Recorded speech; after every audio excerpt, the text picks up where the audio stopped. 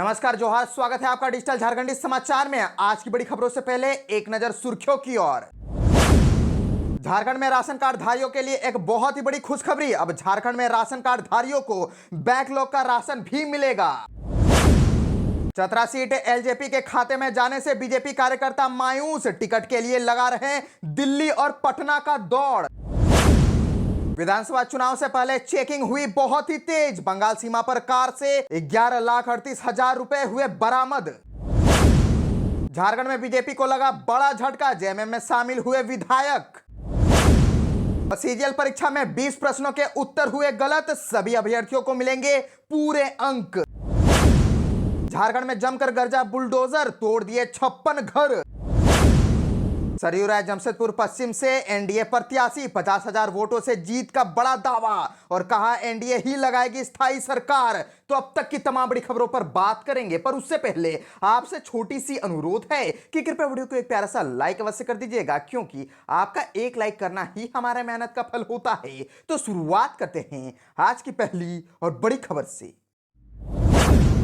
इस वक्त बड़ी खबर झारखंड से आ रही है, जहां झारखंड में अब राशन कार्ड धारियों के लिए एक बहुत ही बड़ी खुशखबरी आ गई है। अब झारखंड में राशन कार्ड धारियों को मिलेगा बैकलॉग का राशन। दरअसल झारखंड विधानसभा चुनाव और दीपावली एवं छठ समेत अन्य त्योहारों से ठीक पहले राशन कार्ड धारियों के लिए एक बहुत ही अच्छी खबर आ गई है। चुनाव से पहले उनके बकाया राशन भी मिलेंगे। पूर्वी सिंहभूम जिले में ग्रीन कार्ड राशन धारक 41,447 परिवारों के कुल 1,16,910 सदस्यों के लिए 7,500 कुंटल चावल का आवंटन आया है। इसे जिले के सभी 11 प्रखंडों के राज्य खाद्य निगम के गोदामों से पीडीएस डीलर के गोदामों में भेजा गया है। और आपको बताते चले कि पूर्वी सिंहभूम जिले में अभी तक 2 महीने का राशन 41,447 कार्डधारियों को मिलेगा। इसमें जनवरी 2024 बैकलॉग माह का और वर्तमान में नवंबर 2024 का खाद्यान्न मिलेगा। इधर पूर्वी सिंहभूम के जिला आपूर्ति पदाधिकारी ने सभी पीडीएस डीलर को समय पर कार्डधारियों के बीच राशन का वितरण करने का स्पष्ट निर्देश भी दे दिया है।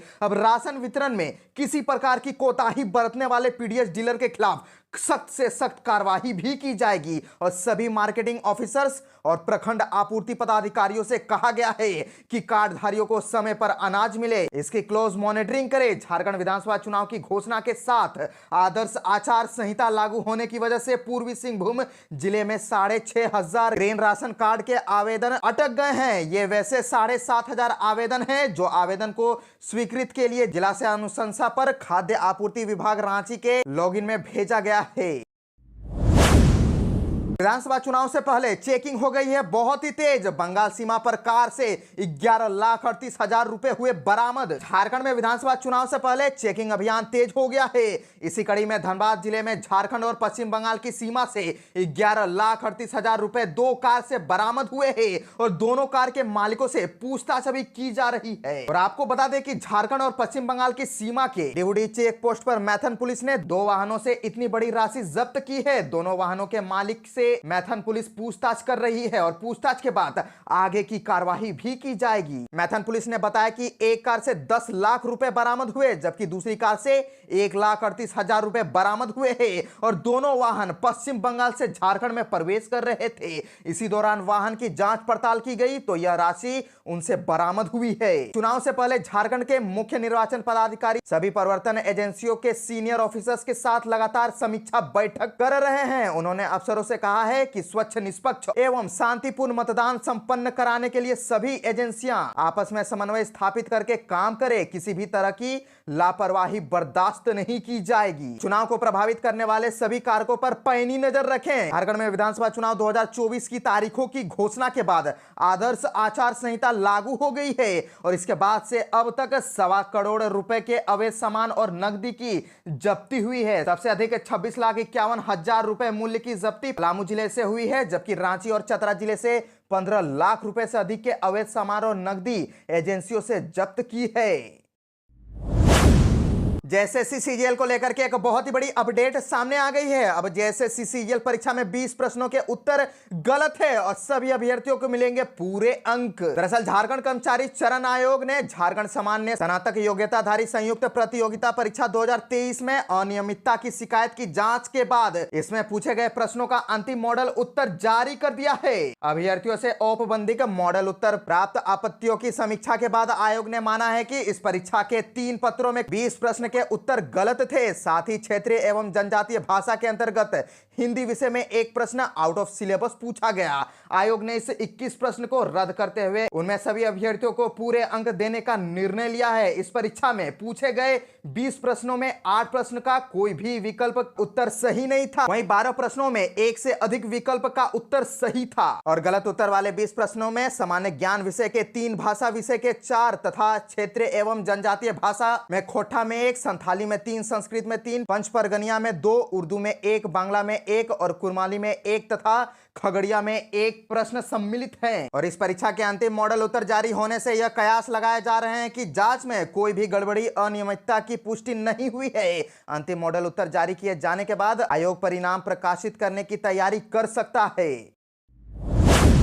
झारखंड में एनडीए को लग गया है बड़ा झटका। आजसू से उमाकांत और भी कई जेएमएम में हो गए हैं शामिल। दरअसल झारखंड के मुख्यमंत्री हेमंत सोरेन के आवास पर आयोजित मिलन समारोह में आजसू के केंद्रीय उपाध्यक्ष उमाकांत रजक और भाजपा के जमुआ से लगातार 3 बार के विधायक केदार हाजरा ने झामुमो का दामन थाम लिया है। हेमंत सोरेन ने दोनों नेताओं को झामुमो की सदस्यता दिलाई। दोनों नेताओं के साथ कई कार्यकर्ताओं ने भी झामुमो की सदस्यता ली है। झामुमो में शामिल होने के बाद उमाकांत रजक ने कहा कि वह अपने पुराने घर में वापसी कर रहे हैं। भाजपा नेताओं का नाम लिए बिना कहा कि बाहरी नेता झारखंड आकर राज्य को लूटने का जो साजिश रच रहे हैं उसे मुख्यमंत्री हेमंत सोरेन के नेतृत्व में हम लोग रोकेंगे। वहीं केदार हाजरा ने झामुमो का दामन थामने के बाद कहा कि नई पारी की शुरुआत कर रहा हूं ताकि हेमंत सोरेन के कंधों को मजबूत कर सकूं। झारखंड और आदिवासी समाज के भाइयों को आगे बढ़ाने के लिए झामुमो में शामिल हो रहा हूं। हेमंत सोरेन के कार्यशैली से प्रभावित हूं। और इसी बीच मुख्यमंत्री हेमंत सोरेन ने नेताओं के पार्टी में शामिल होने के बाद एक्स पर लिखा कि झारखंड के 2 जुझारू और कर्मठ नेताओं केदार हाजरा और भाई उमाकांत रजक का अपने हजारों समर्थकों के साथ झामुमो परिवार में हार्दिक स्वागत है, जोहार है। बता दें कि जमुआ सीट से केदार हाजरा और बीजेपी के टिकट पर 3 बार विधायक रह चुके हैं। इस बार पार्टी की ओर से कराए गए आंतरिक सर्वे में एंटी इंकबेंसी की रिपोर्ट के आधार पर उनका टिकट कटना तय माना जा रहा था। झामुमो में शामिल हुए चंदन क्यारी के पूर्व विधायक उमाकांत रजक भी आजसू की ओर से टिकट के दावेदार थे।